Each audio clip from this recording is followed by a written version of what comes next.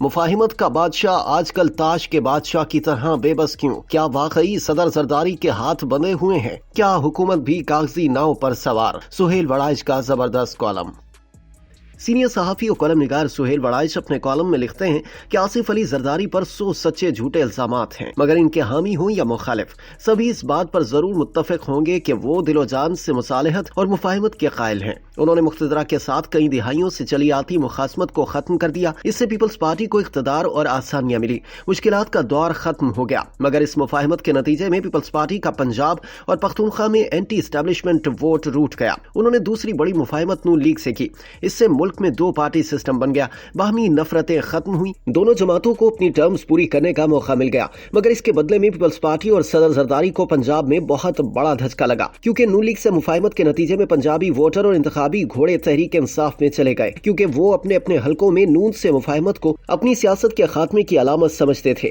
فروری 2024 کے الیکشن میں بلاول بھٹو نے انتخابی مہم میں نواز شریف اور نون لیگ مخالف بیانیہ اختیار کیا، مگر الیکشن کے فوراً بعد آصف زرداری نے نون لیگ کی طرف دستے تعاون دراز کرنے میں تاخیر نہ کی اور مقتدرہ کے زیر سایہ مفاہمتی حکومت میں صدر بن کر نون لیگ کی ہر مرحلے پر مدد کی۔ 26ویں ترمیم ہو یا حکومت مخالف کوئی بھی معاملہ ہو، وہ ڈٹ کر حکومت کے ساتھ کھڑے رہے، مگر جواب میں وفاقی حکومت کا ان سے رویہ سرد مہری کا ہے، جبکہ پنجاب حکومت کا ان کی پارٹی سے رویہ رقیبانہ ہے۔ سہیل وڑائچ نے صدر مملکت کے عہدے کی اہمیت و محدود اختیارات پر روشنی ڈالتے ہوئے لکھا کہ صدر پاکستان کو وفاق کی علامت سمجھا جاتا ہے، مگر یہ عہدہ علامتی اور نمائشی ہے۔ ریاست میں اختیارات کا منبع وزیر اعظم یعنی چیف ایگزیکٹو ہے۔ صدر وزیر اعظم کی ایڈوائس کے آئینی طور پر پابند ہے، مگر صدر کے عہدے کو توقیر دینے کے لیے انہیں ریاستی پروٹوکول میں نمبر 1 کا درجہ دیا جاتا ہے۔ وزیر اعظم پروٹوکول میں ان کے بعد آتے ہیں۔ صدر کو فوج پاکستان کا سپریم کمانڈر برقرار رکھا گیا ہے۔ ان نمائشی اختیارات کے علاوہ آئین کے آرٹیکل 46 میں واضح طور پر وزیر اعظم کے صدر کے حوالے سے فرائض میں صراحتاً کہا گیا ہے کہ وزیر اعظم آئینی طور پر پابند ہے کہ وہ صدر پاکستان کو کابینہ، قانون سازی اور انتظامی احوال کے بارے میں ابلاغ کریں،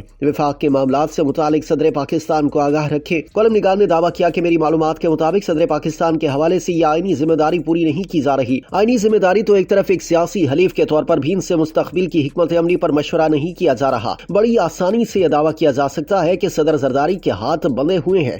مفاہمت کا بادشاہ کہلانے والے آصف علی زرداری آج کل تاش کے پتوں کے بادشاہ کی طرح بے بس ہیں۔ ایک طرف ان پر پیپلز پارٹی کے مطالبات پورے نہ ہونے کا بوجھ ہے، دوسری طرف اپنے لاڈلے مگر ضدی اور غصیلے بیٹے بلاول بھٹو کا دباؤ ہے، جبکہ معاملہ یہ ہے کہ وفاقی حکومت صدر کے حوالے سے آئینی ذمہ داریاں تک پوری نہیں کر رہی۔ عمران خان کے حوالے سے پالیسی پر ان سے کوئی مشورہ نہیں کیا جا رہا۔ پنجاب گئے تو وزیر اعلیٰ مریم نواز شریف نے نہ ان کا استقبال کیا اور نہ ہی ان سے ملاقات کرنے گئی، حالانکہ پروٹوکول اور روایات کے مطابق انہیں ایسا کرنا چاہیے تھا۔ پنجاب میں پیپلز پارٹی کے ساتھ لکھے ہوئے معاہدے پر ابھی تک عمل نہیں کیا گیا۔ وعدے پر وعدے جاری ہیں، مگر ان وعدوں پر عمل کی کوئی صورت دور دور تک نظر نہیں آ رہی۔ سہیل وڑائچ کے بقول صدر زرداری کی عملی بے بسی کے باوجود پیپلز پارٹی کا نہ تو نون لیگ سے اتحاد توڑنے کا ارادہ ہے اور نہ ہی کل کلا کو تحریک انصاف سے اتحاد و اشتراک کا کوئی امکان ہے، لیکن ایسا لگتا ہے کہ صدر زرداری کے جذبہ مفاہمت سے کام لینے کی بجائے انہیں کونے میں لگا دیا گیا ہے۔ یوں لگتا ہے کہ نون یہ فیصلہ کر چکی ہے کہ مستقبل میں پیپلز پارٹی کے ساتھ انہوں نے نہیں چلنا۔ مولانا فضل الرحمان کے چند ووٹ ہیں اور وہ نہ حکومت کے اتحادی ہیں،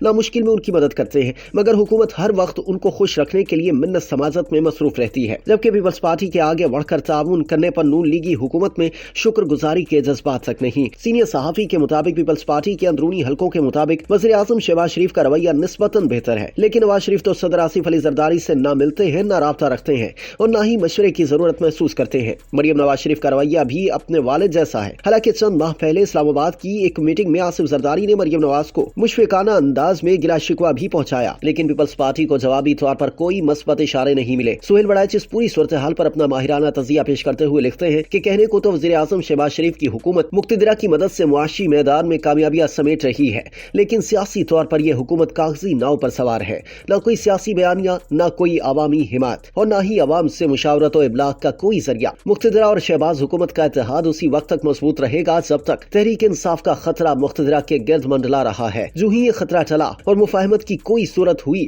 مقتدرہ کے لیے کئی نئے راستے کھل جائیں گے۔ شہباز حکومت سیاست کے ذریعے وجود میں آئی ہے،